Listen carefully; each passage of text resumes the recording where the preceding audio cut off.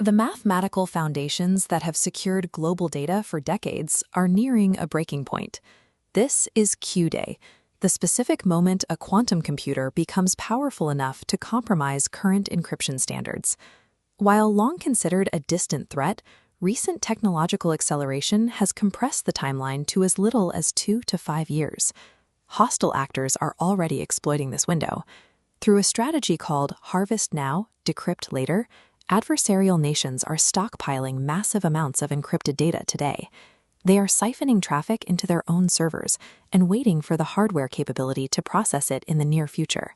This data includes highly sensitive intelligence that retains its value for decades: fighter jet blueprints, ballistic missile trajectories, and classified state communications. The heist is functionally complete. Hostile servers are filled with stolen intelligence that will become readable the moment their processors catch up to the math.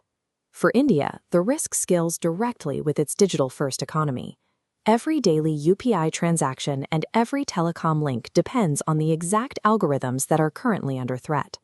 A breach at this level doesn't just impact government servers, it affects the daily commerce of every merchant in the country. This targeting is already a reality.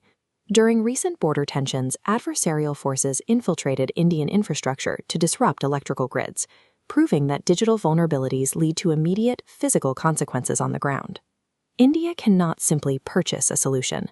Quantum hardware is increasingly subject to strict export controls. The US, Europe, and China are restricting the flow of critical technology, making it impossible to rely on an imported defense. Relying on foreign vendors creates a precarious bottleneck. When essential components like cryogenic refrigerators or specialized chips are controlled by single overseas suppliers, a sudden policy shift in another capital could leave India's digital infrastructure completely defenseless.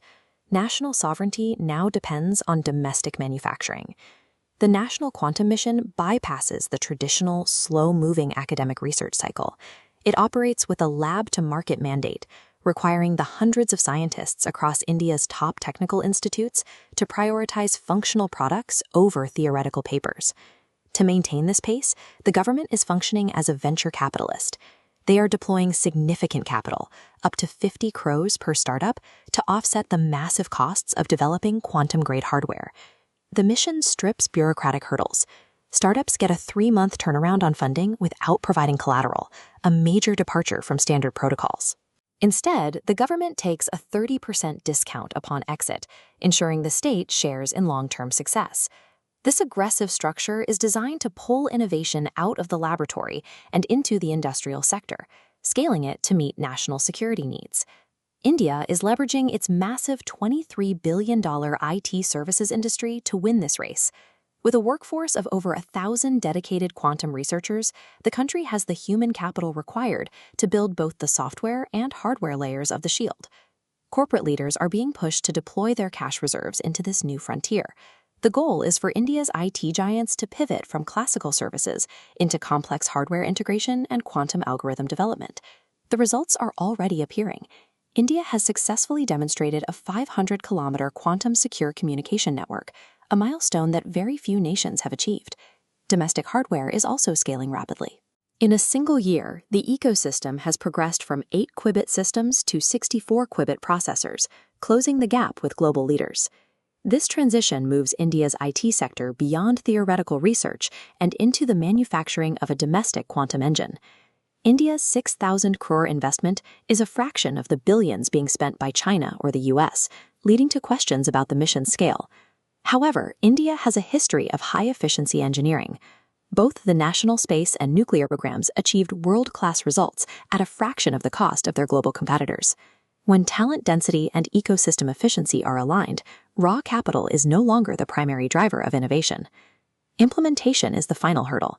Transitioning a massive digital infrastructure to quantum-resilient standards is a complex engineering task that takes at least 2 to 3 years of active work. Regulators, telecom operators, and corporate boards must understand that waiting for Q-Day is an invitation for catastrophic economic damage. Since adversaries are collecting and storing India's data right now, the window for preparation is closing. Building the quantum shield is a requirement for the present, not a plan for the future.